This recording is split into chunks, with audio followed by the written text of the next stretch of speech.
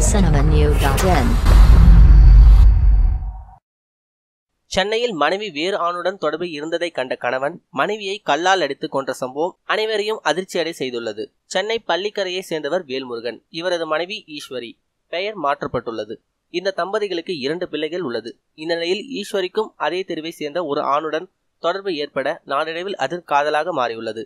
இதை பற்றி வேல்முருகன் தெரிய வந்தபோது மனைவியை கண்டித்துள்ளார். இதனிடையே மீண்டும் நேற்று மாலை வேல்முருகனுக்கும் அவரது மனைவிக்கும் தகராறு ஏற்பட சண்டையாக மாறியுள்ளது. இதில் கோபமடைந்த வேல்முருகன் ஈஸ்வரி மீது கல்லை கொண்டு தாக்கியுள்ளார். இதில் அவர் சம்பவ இடத்திலேயே உயிரிழந்துள்ளார். இதை பற்றி தகவல் அறிந்த போலீசார் வேல்முருகனை கைது செய்துள்ளனர். மேலும் இறந்தவரின் சடலத்தை கைப்பற்றி பிரேத பரிசோதனைக்காக மருத்துவமனைக்கு அனுப்பி வைத்தனர். மனைவியை கல்லால் அடித்துக் கொன்ற சம்பவம் அப்பகுதியில் பெரும் பரபரப்பை ஏற்படுத்தியுள்ளது.